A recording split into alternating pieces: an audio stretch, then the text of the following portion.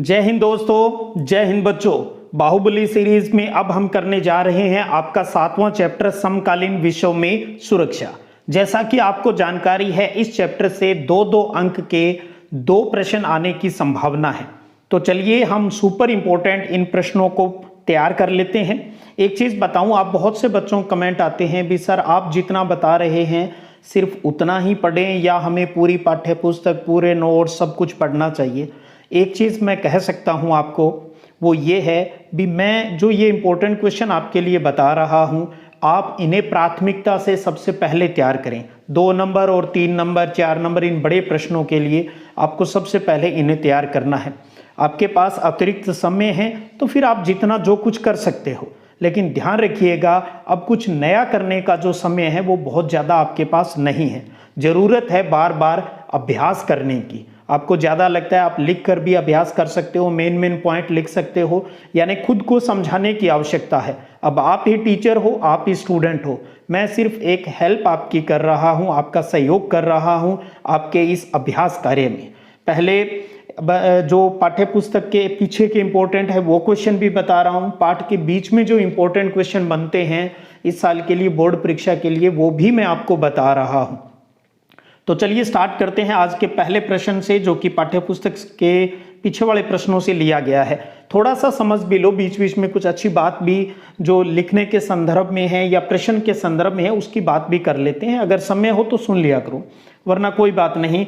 आप बस अपना सतत अभ्यास, आपके पास सब कुछ है, मैटर है आपके पास, बस आपको सतत प्रयास करने की आवश्यकता है। जरूर नहीं आप यहाँ ज़्यादा टाइम स्पेंड करें। पहला प्रश्न है परंपरागत या पारंपरिक, अपारंपरिक या अपरंपरागत सुरक्षा में क्या अंतर है। अच्छे से तैयार करना, कम से कम 2 अंतर आपको आने चाहिए। गठबंधनों का निर्माण करना और उनको बनाए रखना किस कोटि में आता है ये भी आपको बताना है। चलिए आप इस प्रकार से हेडिंग लिख सकते हो। आप जब अंतर का आए तो इस प्रकार से भी लिख सकते हो, एक तरफ पारंपरिक सुरक्षा और एक तरफ अपारंपरिक सुरक्षा, यानी परंपरागत और अपरंपरागत सुरक्षा लिख ले। पारंपरिक की बात करें तो इसका संबंध मुख्यतः बाहरी खतरों से होता है। जब आप ऊपर पारंपरिक सुरक्षा की धारणा लिख दिया ना, तो आपको अब डिटेल भी लिखने की आवश्यकता नहीं, आप सिर्फ इतना ही लिख सकते हो बाहरी खतरों से, इसका संबंध बाहरी खतरों से होता है। अपारंपरिक में आप लिखोगे भी न केवल बाहरी खतरों से बल्कि अन्य जो खतरनाक खतरे हो सकते हैं उनको भी इसमें शामिल किया जाता है। दूसरा अंतर देखें तो पहले वाले में है भी सुरक्षा की इस पारंपरिक धारणा में सैन्य खतरे को किसी भी देश के लिए सबसे ज्यादा खतरनाक समझा जाता है, जबकि अपारंपरिक धारणा की बात करें तो उसमें सैन्य खतरों के साथ साथ मानवता की सुरक्षा, वैश्विक सुरक्षा यानी आतंकवाद जैसी समस्या, महामारियों जैसी जो बातें हैं वो भी इसके अंदर शामिल रहती है। तीसरा अंतर है पारंपरिक में भी इसमें बाहरी सुरक्षा के खतरे का जो स्रोत है वो कोई दूसरा देश होता है, जबकि अपारंपरिक में सुरक्षा के खतरे का जो स्रोत है वो विदेशी राष्ट्र के साथ कोई अन्य भी हो सकता है।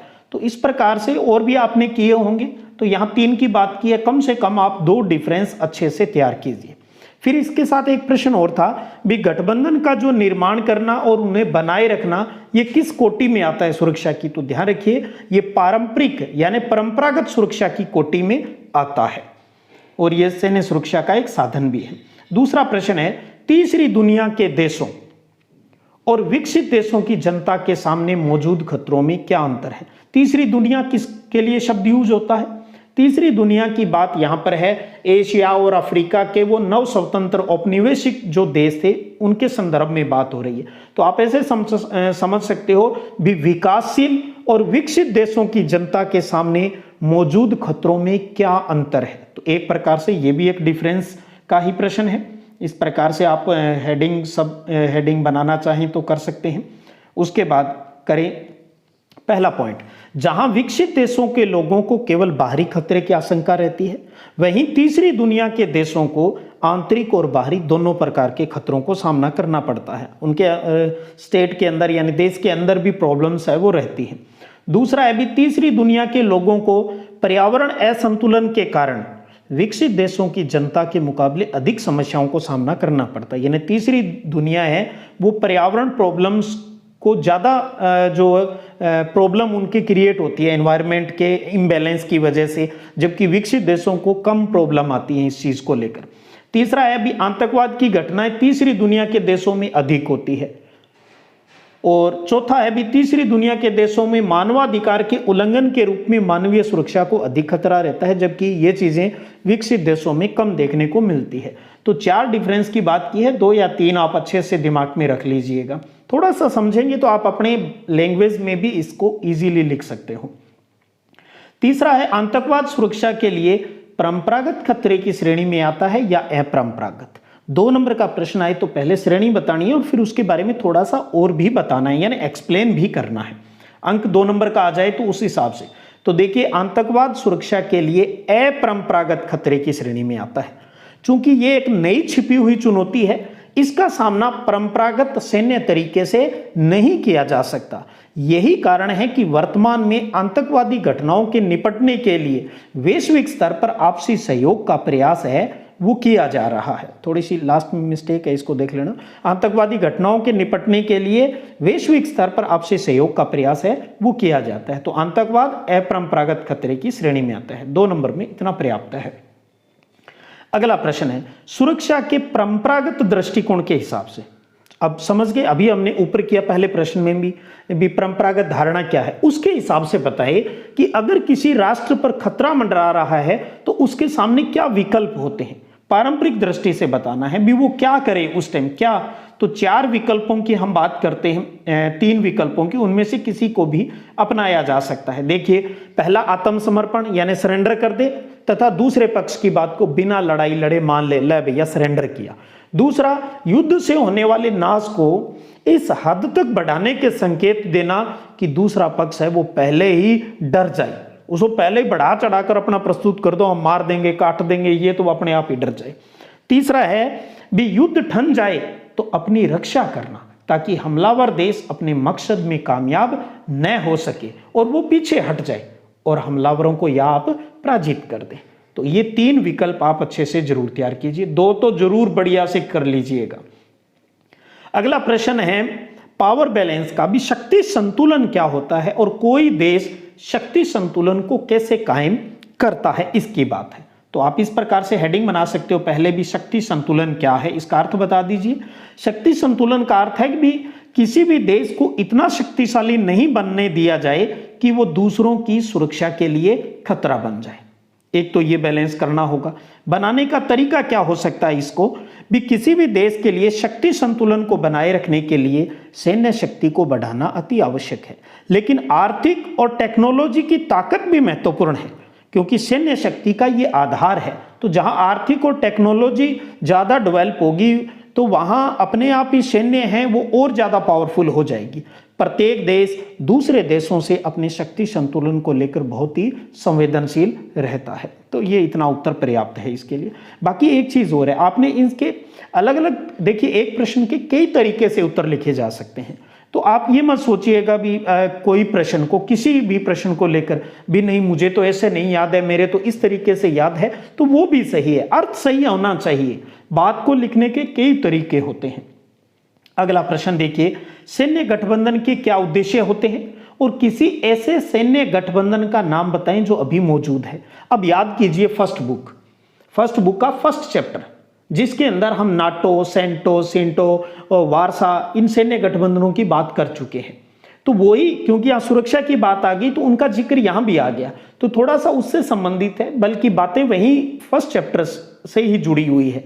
तो आज आपको पता है एक ही सैन्य गठबंधन है जो अभी जिंदा है और वो है नाटो, और नाटो को लेकर ही रशिया और इसमें यूक्रेन के अंदर है वो प्रॉब्लम चल रही है। तो सबसे पहले हम बात कर लेते हैं सैन्य गठबंधन के क्या उद्देश्य होते हैं, इसको समझते हैं। सैन्य गठबंधन का उद्देश्य है विरोधी देश के सैन्य हमले को रोकना और उससे अपनी रक्षा करना होता है। सैन्य गठबंधन संधि पर आधारित होते हैं जिसमें इस बात का भी उल्लेख होता है कि एक राष्ट्र पर आक्रमण अन्य सदस्य राष्ट्र पर भी आक्रमण समझा जाएगा। अगर यूक्रेन नाटो का मेंबर हो जाता, वो होना चाहता है, रशिया नहीं होने देना चाह रहा, अगर होता तो फिर रशिया की भी हिम्मत नहीं होती, क्योंकि जो सदस्य अन्य 30 देश है वर्तमान में, वो सारे आ जाते लठ उठाकर, बंदूकें उठाकर। तो मतलब ही नहीं है, जो नाटो के जो मेंबर होते हैं उनको कोई हाथ भी नहीं लगाता। उसके बाद इसके साथ था ना विवर्तमान सैन्य गठबंधन, तो नाटो आ गया। नाटो का पूरा नाम भी आपको याद है, नॉर्थ अटलांटिक ट्रीटी ऑर्गेनाइजेशन या उत्तरी अटलांटिक संधि संगठन है। ये आप लिख सकते हो, सिर्फ नाम लिखना है। इसके उद्देश्य, काम क्या है, ये फर्स्ट चैप्टर के अंदर हम कर चुके हैं। अगला प्यारा सा प्रश्न है, भारत की सुरक्षा नीति के 2 घटक लिखिए। आपने अच्छे से पढ़ा है डिटेल के अंदर भी, भारत ने अपनी सुरक्षा नीति के 4 प्रमुख घटक हैं, जिनमें से कुछ की बात करते हैं। इनमें 2 को आप अच्छे से तैयार कीजिए। पहला तो है सैन्य क्षमता को मजबूत करना, इतना भी लिख सकते हो आप केवल। और डिटेल करना चाहें तो सैन्य क्षमता को मजबूत करना, क्योंकि भारत पर पड़ोसी देशों से हमले होते रहते हैं इसलिए। दूसरा, अपने सुरक्षा हितों को बचाने के लिए अंतर्राष्ट्रीय नियमों और संस्थाओं को मजबूत करना। और तीसरा आता है देश की अंदरूनी सुरक्षा समस्याओं से निपटने की भी तैयारी करना, ताकि इंटरनल रूप से भी देश के अंदर कोई समस्या नहीं आए। तो ये भारत की सुरक्षा नीति के घटक है। 2 को आप जरूर अच्छे से तैयार कर लीजिएगा, बात कर लीजिएगा, इनसे अपने आप याद हो जाएंगे। 8वां है मानवाधिकार की 3 कोटियों को लिखिए। 3 ऑर्डर कौन से हैं मानवाधिकार को लेकर, तो ये भी एक प्यारा प्रश्न है। 3 कोटियां हैं, ऐसे भी पूछा जा सकता है मानवाधिकार की 2 कोटियां लिखे, तो तीनों तैयार कीजिए, कोई 2 तो आप लिख के आ ही जाओगे। फिर पहली कोटि राजनीतिक अधिकारों की है, फर्स्ट कोटि, ऐसे भी पूछा जा सकता है पहली और दूसरी कोटि बताओ, तो ये क्रम है। पहली कोटि है राजनीतिक अधिकारों की, जैसे बोलने यानी अभिव्यक्ति और सभा करने की आजादी हो। दूसरी कोटि आर्थिक और सामाजिक अधिकारों की है। तीसरी कोटि है उपनिवेशी जनता जो गुलामी से आजाद हुई है, अथवा जातीय और मूलवासी अल्पसंख्यकों के अधिकार की है। तो ह्यूमन राइट्स को लेकर ये 3 प्रमुख ऑर्डर है वो रहते हैं, अच्छे से इनको देख लीजिएगा। अगला और अंतिम प्रश्न की ओर बढ़े। एशिया तथा अफ्रीका के 9 स्वतंत्र देश, हम कह सकते हैं पहले एक प्रश्न आया भी तीसरी दुनिया, ये वही तीसरी दुनिया वाले हैं जिनके समक्ष सुरक्षा की जो चुनौतियां हैं उस तीसरी दुनिया के सामने, वो यूरोप की चुनौतियों से किन 2 अर्थों में भिन्न है, क्योंकि 2 नंबर के हिसाब से तैयार करना है तो 2 मायनों में भिन्नता की बात की है। पहला देखिए, एशिया और अफ्रीका के 9 स्वतंत्र देशों का यूएनओ की सुरक्षा परिषद में कोई प्रतिनिधित्व नहीं है, यानी स्थायी मेंबर उनका कोई नहीं है, जबकि यूरोप के 2 देशों को वीटो अधिकार हासिल है, ब्रिटेन को और फ्रांस को। इस तरह से ये देश अधिक सुरक्षित है। दूसरा आता है भी एशिया और अफ्रीका के देशों में प्रति व्यक्ति निम्न आय है, यानी इनकम कम है और जनसंख्या वहां तेजी से बढ़ रही है, जबकि यूरोपीय देशों में क्या है, प्रति व्यक्ति उच्च आय है और जनसंख्या भी वहां बहुत तेजी से नहीं बढ़ रही है। तो इन 2 आधारों के आधार पर आप इनका डिफरेंस है वो कर सकते हो। तो आप प्राथमिकता से पहले इस चैप्टर के इन क्वेश्चनों को जरूर अच्छे से तैयार है वो कर लीजिएगा। अपना प्रयास यही है भी हम सुपर क्वेश्चनों को पहले तैयार कर लें, बाकी जितना आपके पास समय है पढ़िए, पढ़ने के लिए कौन मना करता है। अपने सपने सच करने हैं, अब की बार 90 पार, और उससे नीचे तो हमें कुछ कबूल ही नहीं। अगर आप सतत कछुओं की तरह चलते जा रहे हो तो कोई दिक्कत ही नहीं है। नंबरों के पीछे फिर हमें भागने की जरूरत का है, नंबर तो अपने आप पीछे भागेंगे। अरे भाई मैं तो तुझे ही अंक दिलाना चाहता हूं, तो ये चीजें अपने आप हो जाती है। जरूरत है एक ईमानदार प्रयास की जो हम लगातार सतत रूप से करते आ रहे हैं। चलिएगा फिर मिलेंगे। आज भी कोशिश रहेगी भी कम से कम 3 वीडियो आपके लिए आ जाए, और सेकंड बुक का चैप्टर है वो भी आज ही स्टार्ट हो जाए। एमसीक्यू सीरीज भी बीच में पड़ी है, उनको भी अब साथ में ही शामिल कर लेते हैं। तो अपना एग्जाम फेस्टिवल भी चलता रहे साथ में, और बाहुबली सीरीज यानी बड़े प्रश्नों के आधार पर बाहुबली सीरीज नाम दिया है मैंने, तो बाहुबली और फेस्टिवल दोनों साथ साथ चलते रहें, क्योंकि बाहुबली भी कहाँ डांस करेगा, बाहुबली भी तो उसी फेस्टिवल में जाकर डांस करेगा ना। तो सबका मेल अपने आप होता जाएगा। करत करत अभ्यास के जड़मती होत सुजान, practice makes man a perfect. चलिएगा फिर मिलते हैं, तब तक जय हिंद जय भारत।